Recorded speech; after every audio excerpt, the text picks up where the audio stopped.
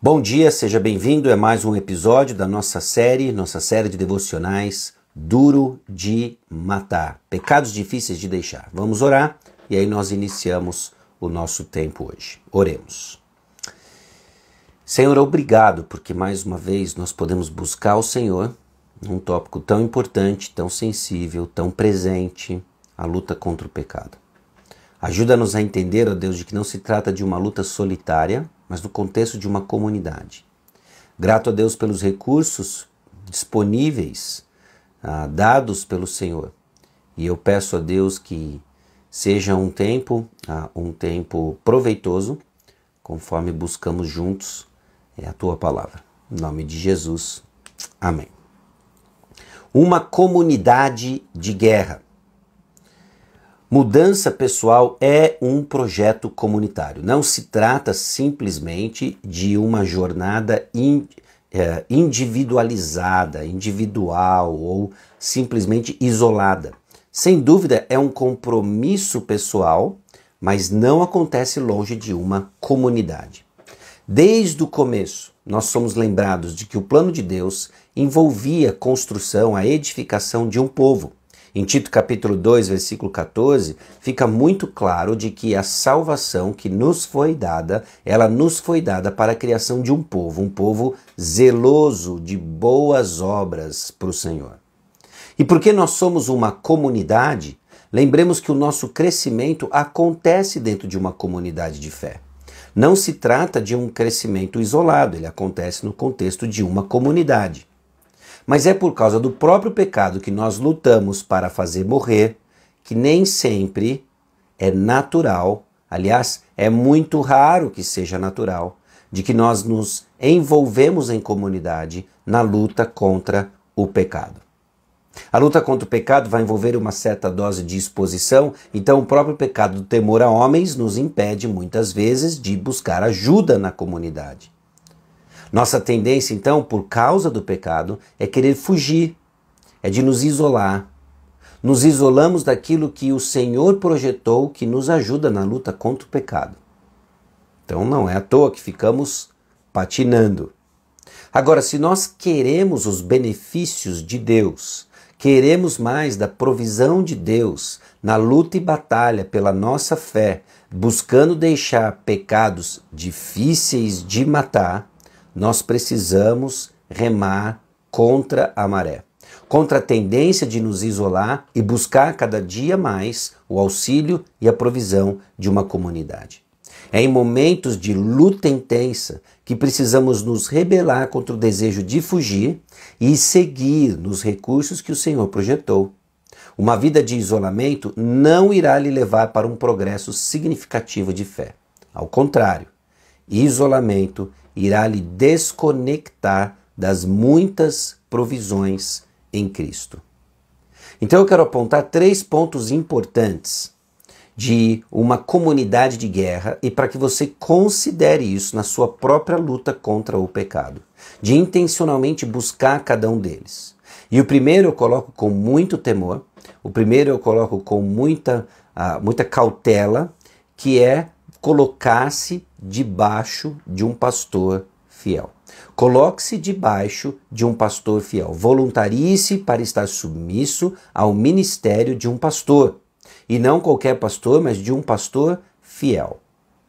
Logo em João capítulo 10, versículos 11 a 18, Jesus Cristo descreve a sua relação com os discípulos, com os filhos de Deus, por meio da metáfora de pastor e ovelha. Olha, as ovelhas, elas escutam a minha voz. Então, o supremo pastor da igreja é o Senhor Jesus Cristo. Ele é o nosso pastor. Você deve estar submisso ao pastoreio de Jesus Cristo. Agora, isso não se dá de uma forma subjetiva, abstrata e solta no ar. O Senhor escolheu subpastores, o Senhor escolheu representantes terrenos para que representem o seu pastoreio aqui na terra. E são esses pastores fiéis que nós somos chamados a nos submeter na luta contra o pecado e na nossa jornada espiritual cristã. 1 Pedro capítulo 5, versículo 2, diz assim sobre os pastores do rebanho de Deus: que pastoreiem o rebanho de Deus que há entre vocês, não por obrigação, mas espontaneamente, como Deus quer, não por ganância, mas de boa vontade. Que não sejam eles dominadores e etc. E basicamente os pastores, eles têm 3 funções. A função de trazer alimento. As ovelhas precisam de alimento. Todos nós, como ovelhas do Senhor, somos pastoreados por Cristo Jesus, na condução de Cristo Jesus, rumo a pastos verdejantes, rumo a pastos que nos alimentam. Em Mateus capítulo 4, versículo 4, ao responder a uma das tentações de Satanás, Jesus coloca de uma forma bem clara de que nós não vivemos de pão, somente de pão, mas vivemos da palavra de Deus. Em 2 Timóteo capítulo 4, versículo 2, o apóstolo Paulo instrui Timóteo a pregar a palavra de Deus constantemente. Quer seja de forma oportuna ou não, o seu objetivo deveria ser pregar a palavra de Deus. Atos capítulo 20, versículo 20, o apóstolo Paulo coloca sua visão ministerial. Ele ensinava publicamente, ele ensinava de casa em casa, ele alimentava. Então, o ministério de um pastor fiel, não estou falando de um pastor perfeito, mas de um pastor fiel, há de alimentar as ovelhas. Não só alimentar, mas o pastor fiel que alimenta, também lidera com a palavra.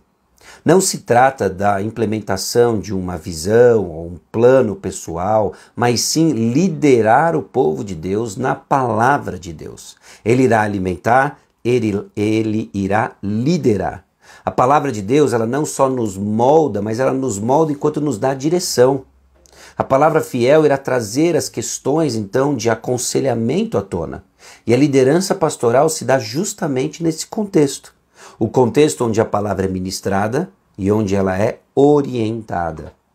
Liderar, então, vai ser servir uma congregação, servir o rebanho de Deus, de uma orientação bíblica para a vida diária, a fim de que cada um saiba o caminho do arrependimento, da crença e da obediência.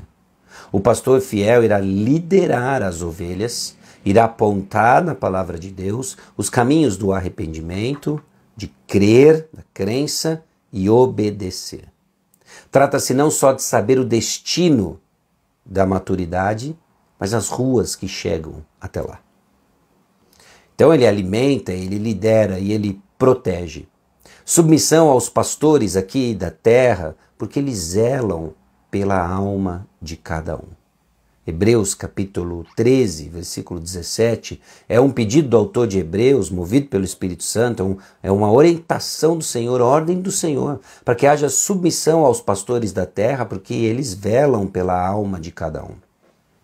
Então, submeter-se a um pastor fiel, a um ministério fiel, a um representante do Senhor aqui na terra, esse subpastor, não é? Assim como todos nós representamos o Senhor, mas com funções diferentes, irá desempenhar o papel de alimentar, liderar e proteger. Coloque-se debaixo de um pastor fiel. Ore pelo seu pastor e o ministério que ele desempenha e representa na terra. Em segundo lugar, comprometa-se com um pequeno grupo da igreja. Não estou aqui falando meramente de uma filosofia de ministério, mas o que comumente acontece no nosso contexto, em grande parte das igrejas, na sua confecção, século XXI, no contexto do Brasil, ou em países de língua portuguesa de hoje, é de que vida de igreja é exercida num grupo pequeno. Glória a Deus pelas reuniões grandes, na proclamação pública da palavra, mas vida de igreja não vai acontecer em grande parte nesse contexto. Estar na reunião do culto, então, é inegociável, mas isso não é tudo. Você precisa de uma vida de igreja. E o pequeno grupo é uma excelente ferramenta para exercer isso. É nesse contexto em que você é conhecido e conhece. É nesse contexto que você ora de forma específica e pessoas oram de forma específica. Onde as coisas começam a vir à tona e temos a oportunidade de compartilhar nossas lutas e usufruir juntos dos recursos dados por Deus. Somos todos complicados, meus irmãos, e carecemos de ajuda em cada aspecto de nossas vidas. E há um grande encorajamento quando percebemos de que não estamos sozinhos na luta. Nós estamos acompanhados, estamos juntos de pessoas que lutam tanto contra nós, como nós. No pequeno grupo, nós não queremos apenas que os nossos pecados sejam mortificados. No pequeno grupo, nós queremos que os pecados dos nossos irmãos sejam mortificados. E sim, é um contexto onde isso também não vem natural para nós. A criação de um ambiente seguro para compartilhar de lutas é um processo, mas não menospreze os pequenos passos e avanços no aprendizado de ser família espiritual. Existem riscos em participar de um pequeno grupo? Sem dúvida. Exposição, o medo de maledicência, a fofoca, não é? O medo de julgamento e assim por diante. Existem riscos, mas os riscos não são maiores do que os benefícios. Os riscos são as oportunidades que Deus usa para ministrar ao nosso coração paciência, ministrar em nosso coração perdão, ministrar no nosso coração uma porção de realidades espirituais. E em terceiro lugar, talvez ainda num círculo mais íntimo, construa um relacionamento de prestação de contas.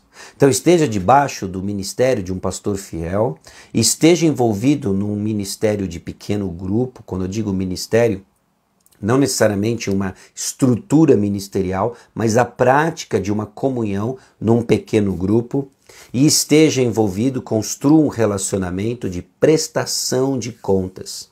Um círculo de relacionamento ainda mais íntimo. Quando o apóstolo Paulo falava em Atos capítulo 20, do seu modo de proceder, do seu ministério entre os efésios, ele fala tanto de um ministério público, em Atos capítulo 20, versículo 20, quanto de casa em casa, no mesmo versículo. E um tempo depois, em Atos capítulo 20, versículo 31, ele fala do seu ministério um a um, que ele admoestava a cada um.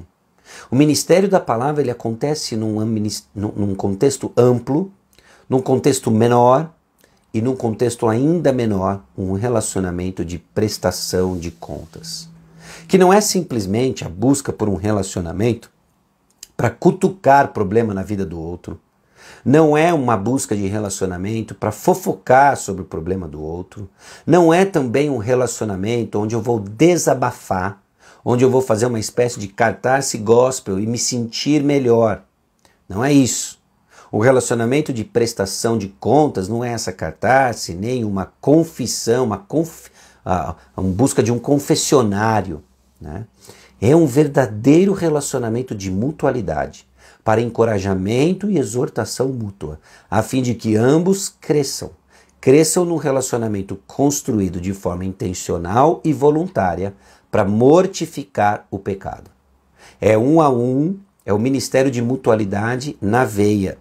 Prestação de contas vai dar uma outra avenida para Cristo Jesus e suas respostas para fortalecer, confortar e mudar você. Então pense bem, a comunidade de guerra, ela estabelece uma série de recursos dados para você para fazer morrer o pecado. Estabelecer-se debaixo da liderança, estabelecer-se debaixo do ministério de um pastor terreno fiel, estabelecer-se dentro de um convívio, de um pequeno grupo onde haverá prestação de contas, onde haverá uma mutualidade, e ainda estabelecer relacionamentos mais próximos onde existe um compromisso voluntário de ser verdadeiro sobre suas lutas, buscar encorajamento e encorajar pessoas. Essa é a nossa batalha, nossa guerra contra o pecado.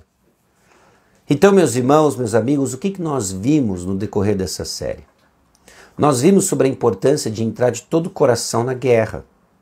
É um problema destrutivo, esse pecado difícil de matar. E nós precisamos de um plano.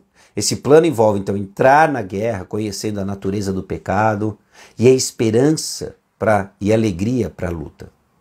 Não só entrar de todo o coração na guerra, mas saber a verdadeira natureza do nosso coração.